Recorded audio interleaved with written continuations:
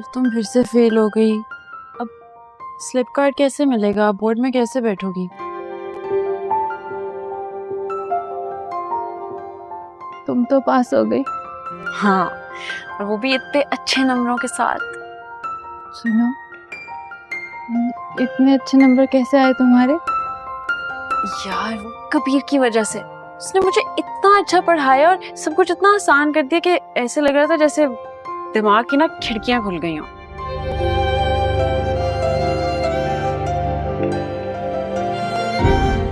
तो तुम भी कबीर से? आसमा आप अब मेरी शादी कर देंगी?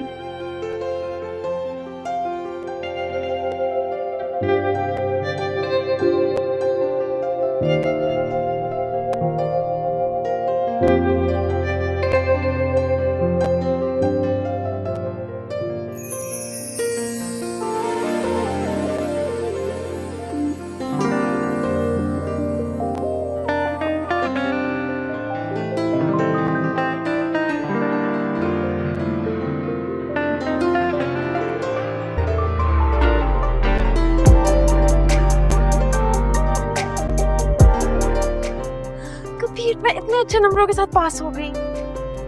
वो रो क्यों रही थी? वो रिया, वो फेल हो गई। समझ इसलिए रो रही थी?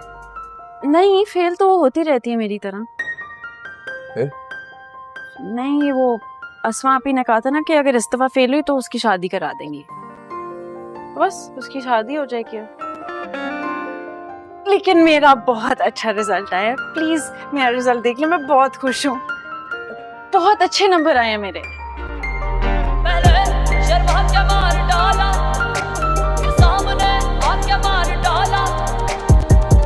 रिया,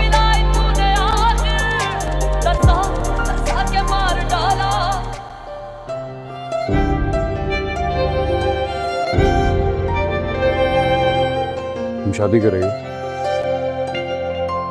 हाँ, तुम भी तो यही चाहते थे ना कि मैं फौरन शादी कर लूं? लो, हो जाओ खुश, बच गए तुम। मैं तुमसे और तुम मुझसे। शादी हो रही है मेरी, खुश? बहुत खुश।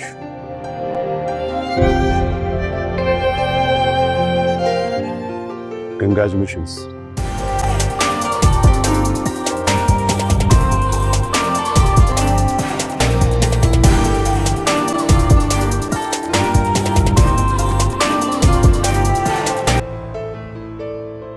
हाँ भाई, क्या बना?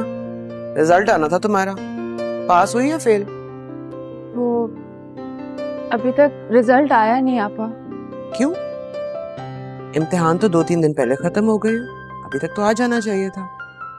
हाँ, कह तो सही रही हैं, लेकिन जब रिजल्ट आएगा ना तो सबसे पहले मैं आप ही को बताऊंगी।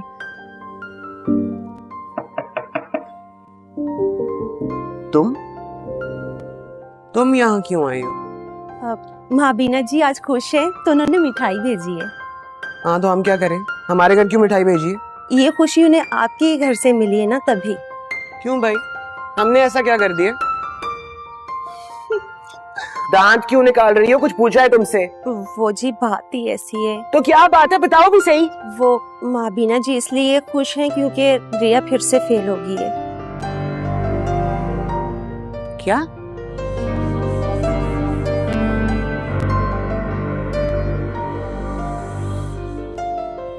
हम तो मुलाजिम हैं जी, हमारा काम है मालिक के कहने पर चलना। बाकी आप जाने, माँ बीना जी जाने। मैं चलती हूँ।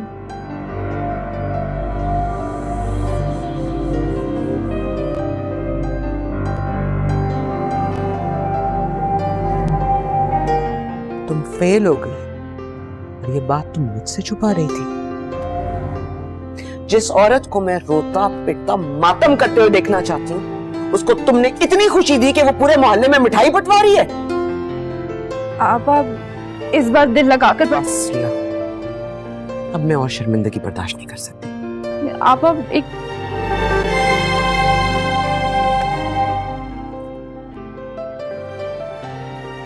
अस्सलाम वालेकुम बुआ। हाँ जी, मैं ठीक हूँ। वो कोई अच्छा रिश्ता है तो जल्दी से बता दीजिए। हाँ जी, मैंने रिया की शादी करनी है। जितनी जल्दी हो जाए उतना ही अच्छा है। जी जी ठीक है, अब शादी की तैयारी कर, क्योंकि अब मैं तुम्हारे लिए रिश्तों की लाइन लगाने वाली हूँ। अब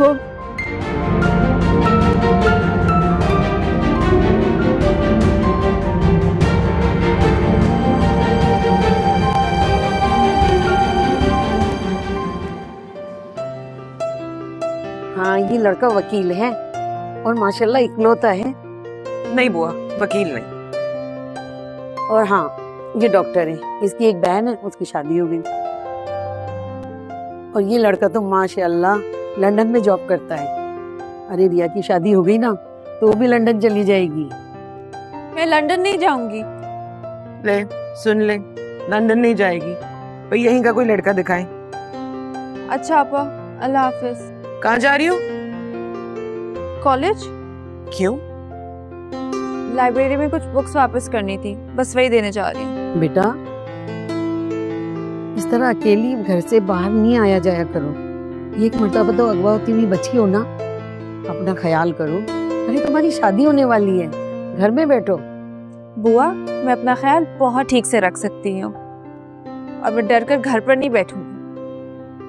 अच्छा अस्मा, वो गुंडे मिले जो उसको अगवा कर रहे थे? सिकंदर देख रहा है इस मामले को, जल्दी मिल जाएंगे। और बुआ कोई अच्छा लड़का दिखाए ना, कोई हमारे स्टैंडर्ड का तो। अच्छा अच्छा, मैं और दिखाती हूँ। 2 लड़के माशाल्लाह बड़े ऊंचे घराने के हैं। ये देखो, तुम्हें जरूर पसंद आएंगे। ये देखें, वो काफी मालदार हैं।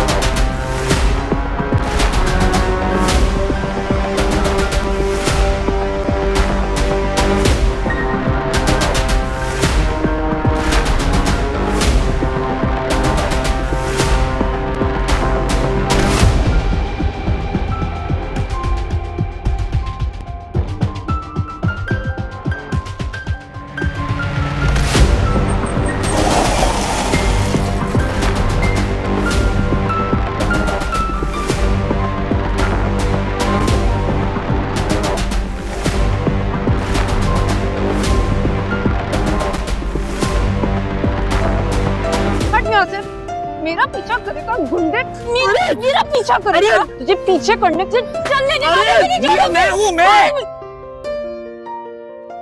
यासिर। यासिर, तुम मेरा पीछा क्यों कर रहे हो? अरे लग जाएगी यार। किसने भेजा तुम्हें? कबीर, कबीर ने कहा था।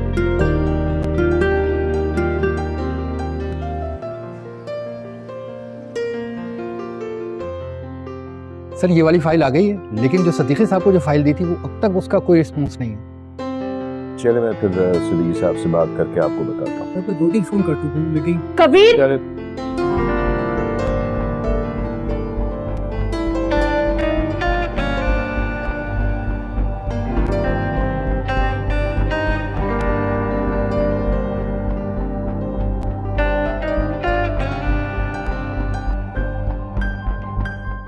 आप सब लोग बोर्ड रूम में जाएं, वहीं मीटिंग कर लेते हैं। ठीक है सर, ओके सर।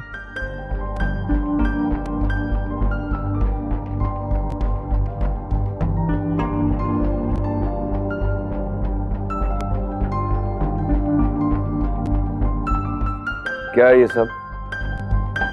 आप अपने भाई से क्यों नहीं पूछते? इसे सब पता है इस बारे में।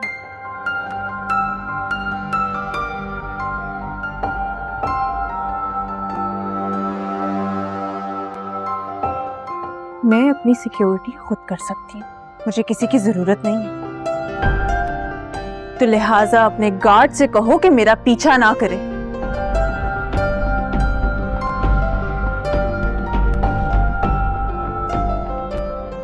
मैं तुम्हारे पीछे दोबारा आ सकते थे, इसलिए मैंने यासिर से कहा था कि तुम्हें फॉलो करे और मुझे बता दे बस।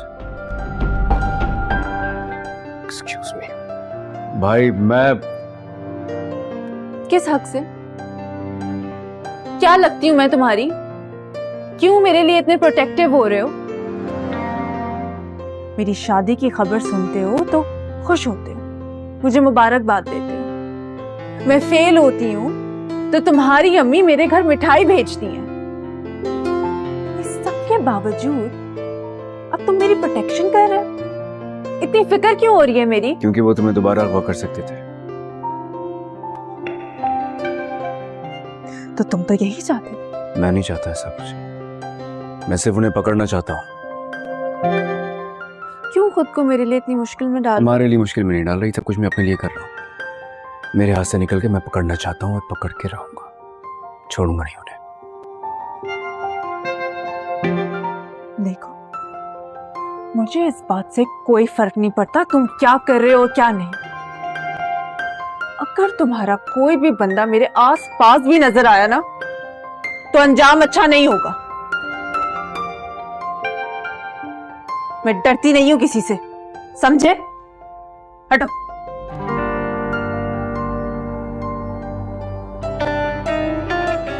क्या हुआ था? पीछा कर रहा था और क्या। किस चीज से मारा? बेसबॉल बैट से मारा है यार, बहुत भारी था, दर्द हो रहा है अब तक। अंदर केयरफुल रहना। फिर तो क्या इतने मारने के बाद अब दोबारा पीछा करना है उसका? आज जब तक उन्हें पकड़ नहीं लेते पीछा करना पड़ेगा, वो आएंगे इसके पीछे, मुझे पता है। ठेकेदारी के साथ साथ क्या तुमने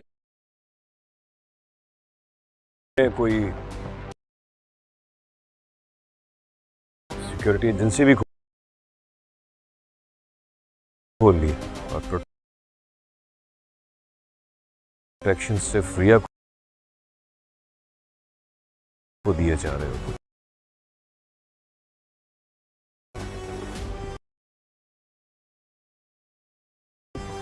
चल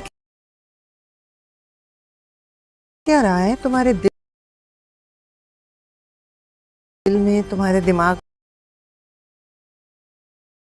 में? कहीं ऐसा तो नहीं कि तुम रिया को बचाने की कोशिश इसलिए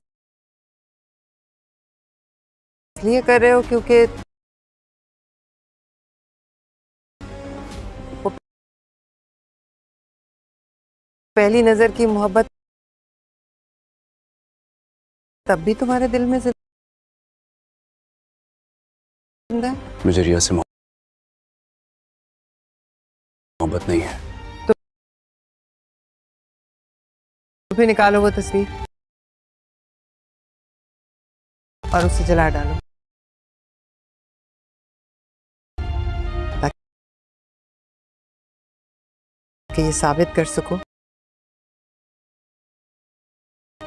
कि तुम दुश्मन के साथ नहीं हो, हमारे साथ हो। हमारा खून है, तुम्हारे लिए सबसे बढ़कर हम लोग हैं। मैंने तुम्हें तस्वीर जलाने लिए कहा था, तुमने हाथ जला डाला। बरसों का साथ था ना, मैंने उसे जलाया तो उसने भी मुझे जला डाला। हेलो कबीर, फराज आया रिया के घर अपनी अम्मा के साथ। तुम क्यों आए हो यहाँ? क्यों? मुझे तो यहाँ नहीं था। ये ड्रामा मुझे दिखाने के लिए तो रचाया गया। मेरी बहन की मम्मी हो कोई ड्रामा नहीं हो रहा है। ये शख्स मैं डिजर्व नहीं करता, ट्रस्ट। रिया वही करेगी जैसे उसके बहन भाई कहेंगे। हम उसके खैर खाएं, तुम नहीं।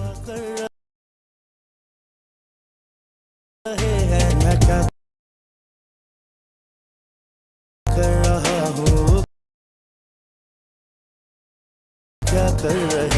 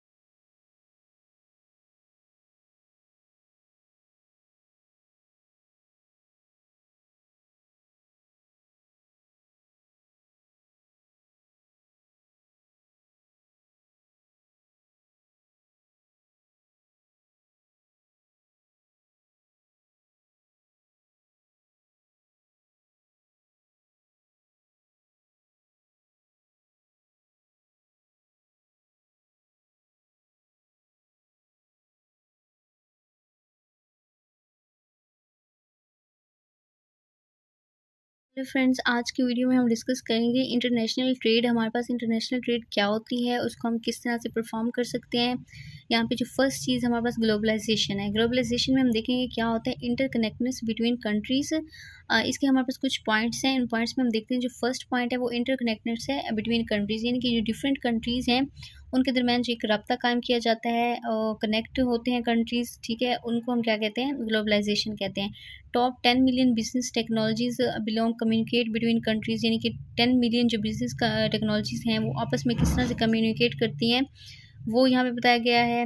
और उसके बाद रेफर ऑफ कैपिटल गुड्स। अच्छा, यहाँ पे जो इसकी बेसिकली हमारे पास डेफिनेशन है, technologies movement of logistic department connect different Nations.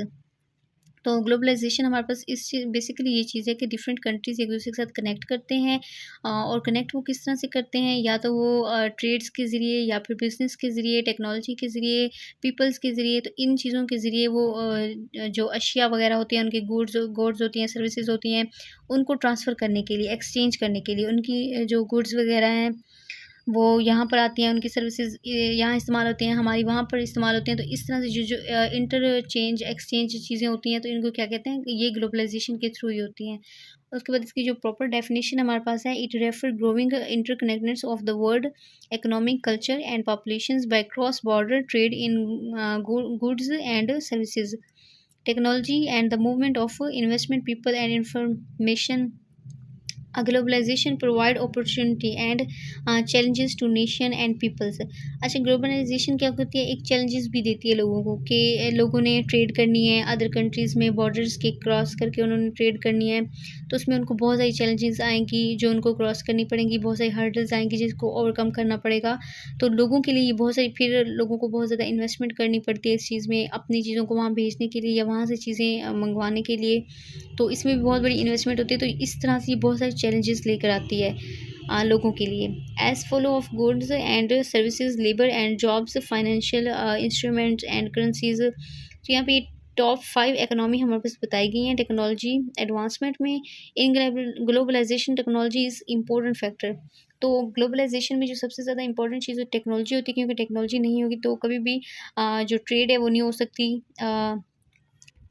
Communicate नहीं कर सकते डिफरेंट लोग, क्योंकि अदर कंट्रीज़ के, अगर आप फॉरेन कंट्रीज़ के साथ कम्युनिकेट करना है तो सबसे ज़्यादा टेक्नोलॉजी इस्तेमाल होती है, mobile phone, laptops, video calls, या जो चीज़ भी होती है वो टेक्नोलॉजी के ज़रिए होती है। और अगर टेक्नोलॉजी नहीं होगी तो कम्युनिकेट ही नहीं कर पाएंगे। तो जब कम्युनिकेट नहीं करेंगे तो वो फिर आपस में चीज़ों का तबादला नहीं कर सकते, उनके दरमियान ग्लोबलाइजेशन नहीं हो सकती, वो कनेक्ट नहीं हो सकते एक दूसरे से। लेकिन अगर हम ये चीज़ देखें तो आज के दौर में ये टेक्नोलॉजी है, बट अगर हम आज से पहले काफ़ी टाइम देखें तो वो हमारे पास डिफरेंट वेव्स हैं। हम देखेंगे कि इन वेव्स में, इन टाइम पीरियड्स में लोग किस तरह से कम्युनिकेट करते थे जब उनके पास टेक्नोलॉजी नहीं होती थी। तो यहाँ पे हमारे पास 3 वेव्स हैं।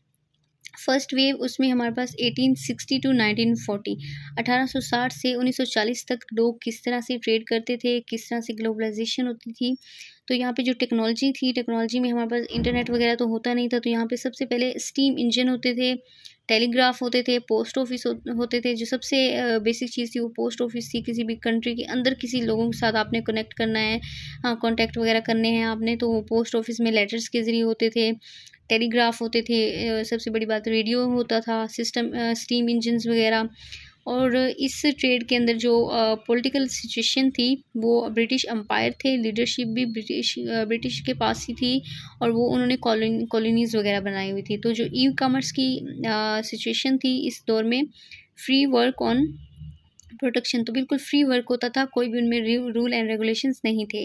तो इस ट्रेड में आप लोगों ने देखा कि किस तरह से हमने टेलीग्राम वगैरह के ज़रिए, पोस्ट ऑफिस के ज़रिए कांटेक्ट करते थे, और ब्रिटिश की जो लीडरशिप थी उन्होंने डिफरेंट कॉलोनीज़ बनाई हुई थी, और फ्री हमारे पास ट्रेड होती थी, कोई रूल्स नहीं होते थे।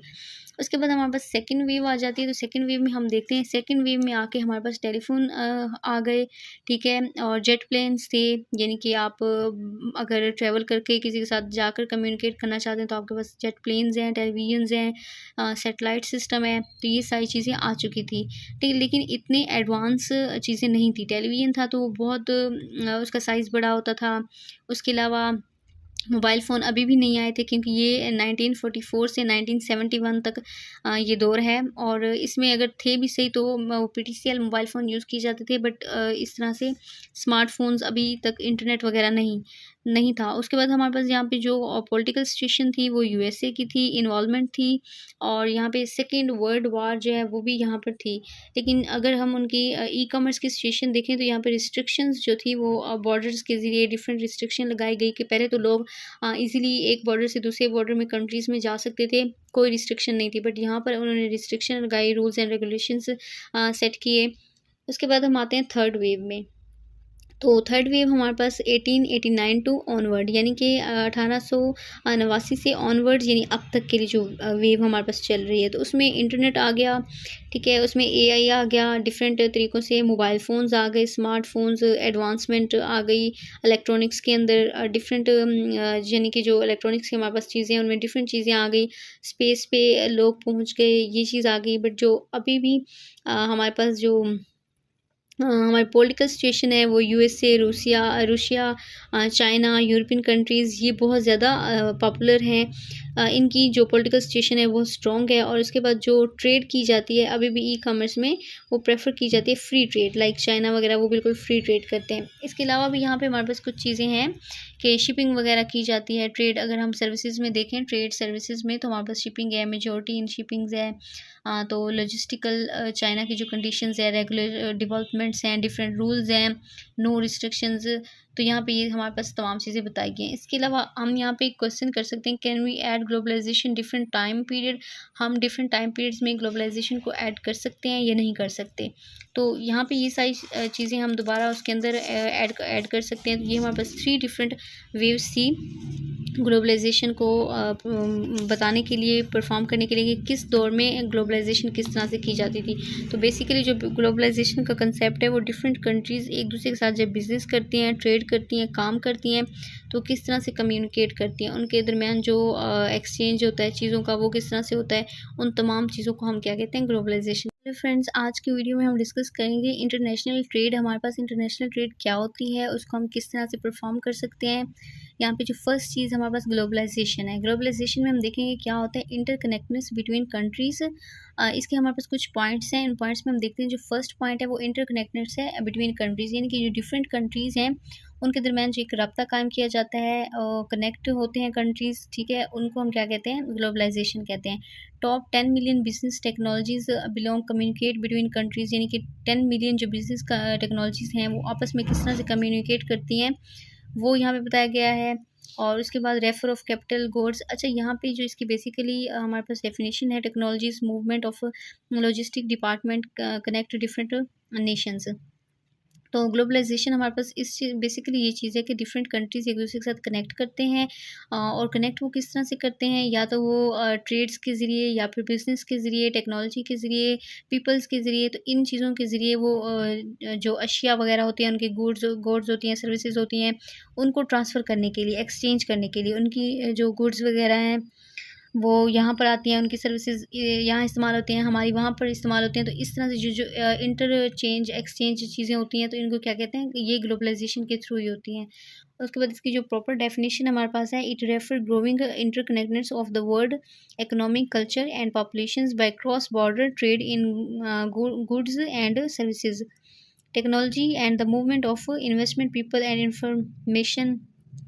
Globalisation provide opportunity and challenges to nation and peoples. अच्छा, ग्लोबलाइजेशन क्या करती है, एक चैलेंजेस भी देती है लोगों को कि लोगों ने ट्रेड करनी है अदर कंट्रीज़ में, बॉर्डर्स के क्रॉस करके उन्होंने ट्रेड करनी है, तो उसमें उनको बहुत सारी चैलेंजेस आएंगी जो उनको क्रॉस करनी पड़ेंगी, बहुत सारी हर्डल्स आएंगी जिसको ओवरकम करना पड़ेगा। तो लोगों के लिए ये बहुत सारी, फिर लोगों को बहुत ज़्यादा इन्वेस्टमेंट करनी पड़ती है इस चीज़ में, अपनी चीज़ों को वहाँ भेजने के लिए या वहाँ से चीज़ें मंगवाने के लिए, तो इसमें भी बहुत बड़ी इन्वेस्टमेंट होती है। तो इस तरह से ये बहुत सारी चैलेंजेस लेकर आती है लोगों के लिए। As follow of goods and services, labour and jobs, financial instruments and currencies. तो यहाँ पे टॉप 5 इकोनॉमी हमारे पास बताई गई हैं टेक्नोलॉजी एडवांसमेंट में। In globalisation technology is important factor. तो ग्लोबलाइजेशन में जो सबसे ज़्यादा इंपॉर्टेंट चीज़ टेक्नोलॉजी होती है, क्योंकि टेक्नोलॉजी नहीं होगी तो कभी भी जो ट्रेड है वो नहीं हो सकती, कम्युनिकेट नहीं कर सकते डिफरेंट लोग, क्योंकि अदर कंट्रीज़ के, अगर आप फॉरेन कंट्रीज़ के साथ कम्युनिकेट करना है तो सबसे ज़्यादा टेक्नोलॉजी इस्तेमाल होती है, mobile phone, laptops, video calls, या जो चीज़ भी होती है वो टेक्नोलॉजी के ज़रिए होती है। और अगर टेक्नोलॉजी नहीं होगी तो कम्युनिकेट ही नहीं कर पाएंगे। तो जब कम्युनिकेट नहीं करेंगे तो वो फिर आपस में चीज़ों का तबादला नहीं कर सकते, उनके दरमियान ग्लोबलाइजेशन नहीं हो सकती, वो कनेक्ट नहीं हो सकते एक दूसरे से। लेकिन अगर हम ये चीज़ देखें तो आज के दौर में ये टेक्नोलॉजी है, बट अगर हम आज से पहले काफ़ी टाइम देखें तो वो हमारे पास डिफरेंट वेव्स हैं। हम देखेंगे कि इन वेव्स में, इन टाइम पीरियड्स में लोग किस तरह से कम्युनिकेट करते थे जब उनके पास टेक्नोलॉजी नहीं होती थी। तो यहाँ पे हमारे पास 3 वेव्स हैं। फर्स्ट वेव, उसमें हमारे पास 1860 टू 1940, 1860 से 1940 तक लोग किस तरह से ट्रेड करते थे, किस तरह से ग्लोबलाइजेशन होती थी। तो यहाँ पे जो टेक्नोलॉजी थी, टेक्नोलॉजी में हमारे पास इंटरनेट वगैरह तो होता नहीं था, तो यहाँ पे सबसे पहले स्टीम इंजन होते थे, टेलीग्राफ होते थे, पोस्ट ऑफिस होते थे। जो सबसे बेसिक चीज़ थी वो पोस्ट ऑफिस थी। किसी भी कंट्री के अंदर किसी लोगों के साथ आपने कनेक्ट करना है, कॉन्टैक्ट वगैरह करने हैं आपने, तो वो पोस्ट ऑफिस में लेटर्स के ज़रिए होते थे। टेलीग्राफ होते थे, सबसे बड़ी बात रेडियो होता था, सिस्टम, स्टीम इंजन्स वगैरह। और इस ट्रेड के अंदर जो पॉलिटिकल सिचुएशन थी वो ब्रिटिश एम्पायर थे, लीडरशिप भी ब्रिटिश के पास ही थी और वो उन्होंने कॉलोनीज़ वगैरह बनाई हुई थी। तो जो ई कॉमर्स की सिचुएशन थी इस दौर में, फ्री वर्क ऑन प्रोटेक्शन, तो बिल्कुल फ्री वर्क होता था, कोई भी उनमें रूल एंड रेगुलेशंस नहीं थे।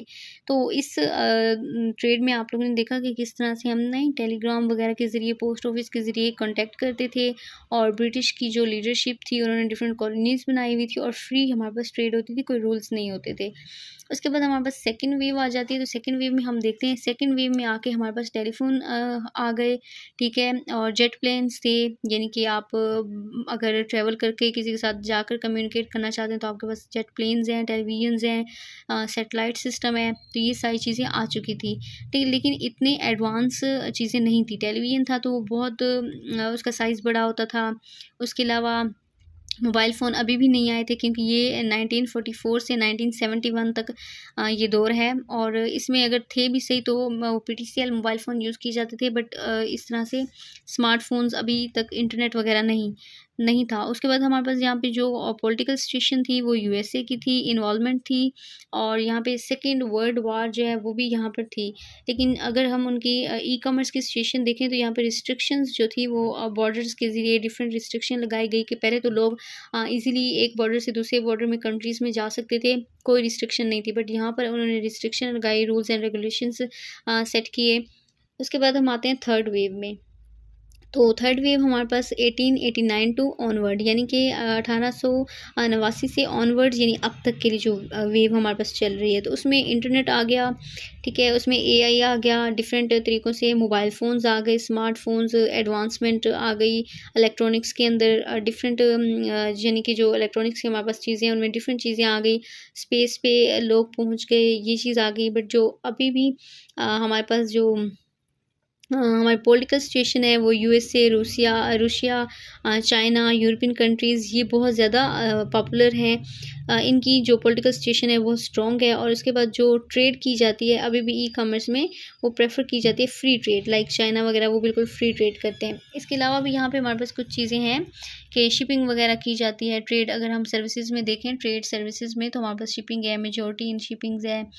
तो लॉजिस्टिकल चाइना की जो कंडीशंस है, रेगुलर डेवलपमेंट्स हैं, डिफरेंट रूल्स हैं, नो रिस्ट्रिक्शंस, तो यहाँ पे ये हमारे पास तमाम चीज़ें बताई गई हैं। इसके अलावा हम यहाँ पे एक क्वेश्चन कर सकते हैं, can we add globalisation different time period, हम डिफरेंट टाइम पीरियड्स में ग्लोबलाइजेशन को ऐड कर सकते हैं या नहीं कर सकते।